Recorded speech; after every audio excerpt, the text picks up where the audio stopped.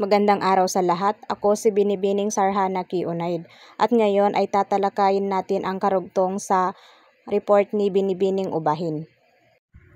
Ang 11 ay iwasan ang paggamit ng banner o pangunahing ulo ng balita kung hindi ito nararapat sa kahalagahan ng balita o avoid screaming headline. Ang banner o pangunahing ulo ng balita ay ginagamit lamang para sa pinakamahalaga o pangunahing istorya sa pahina. Kapag ginamit ito sa balitang hindi naman gaanong mahalaga, nagmumukhang pinalalaki o pinabibigat ang isyu. Ito ay tinatawag na screaming headline. Dapat itong iwasan upang mapanatili ang tamang proportion, kredibilidad at professional na anyo ng pahina ng pahayagan. Para naman sa 12, huwag pabayaan na ang itaas na bahagi ng pahina ay sobrang mabigat o top-heavy. Dahil sa paggamit ng malalaking larawan at ulo ng balita, maiiwasan ito sa paggamit sa malawakang ulo, spread head, sa ibabang bahagi ng lupi. Ang itaas na bahagi ng pahina ay tinatawag na mata ng pahina, kaya't mahalaga na ito ay balanse at hindi sobrang puno ng malalaking larawan at ulo ng balita. Kapag ito'y tinambakan ng malalaki at mabibigat na elemento, nagiging top-heavy ang disenyo. Parang bumabagsak ang tingin ng mambabasa sa itaas pa lang. Upang maiwasan ito, maaaring gumamit ng malawakang ulo, spread head, o mas malalaking balita sa ibabang bahagi ng pahina para pantayin ang disenyo at gawing mas kaaya-ayang basahin ang buong layout.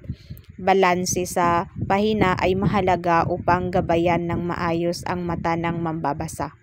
Para sa 13, iwasan ang paggamit ng maraniing ulo ng mga balita na may magkakaparehong tipo, laki at uri.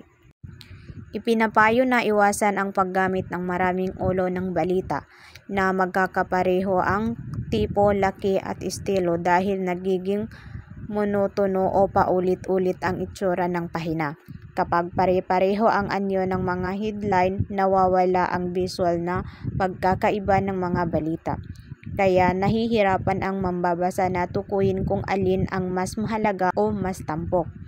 Ang pagkakaiba-iba sa laki at estilo ng headline ay tumutulong upang maging mas organisado, kaaya-aya sa mata, at madaling sundan ang daloy ng impormasyon. Para naman sa 14, iwasan din ang paggamit ng maliliit na ulo sa mahaba at mahalagang balita.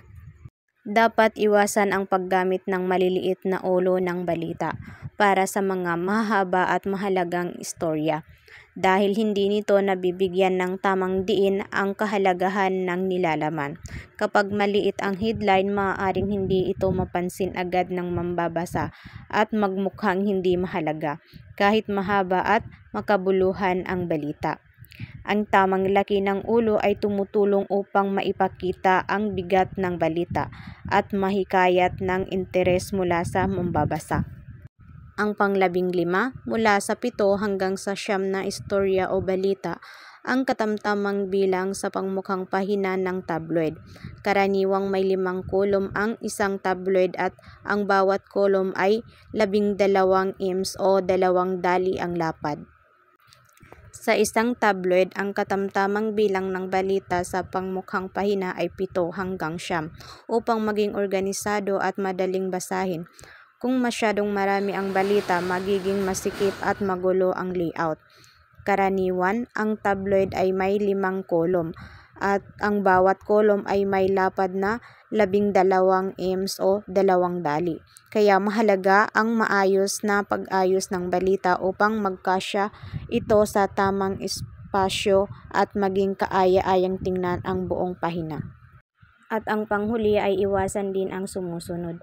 Una ay ang nagbubungguhang ulo, kung saang pinagtabi sa isang hanay ang 2 ulo na may magkaparehong tipo at laki.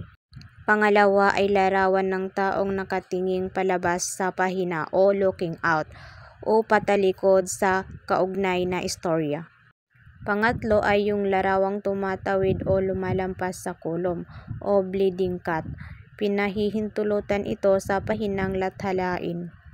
futures page at magazine. Pang-apat ay byuda o salita o titik na nag-iisa sa huling linya o slag.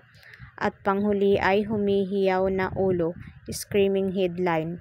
Malaki at bold na ulo na ginagamit sa maikli at hindi mahalagang balita.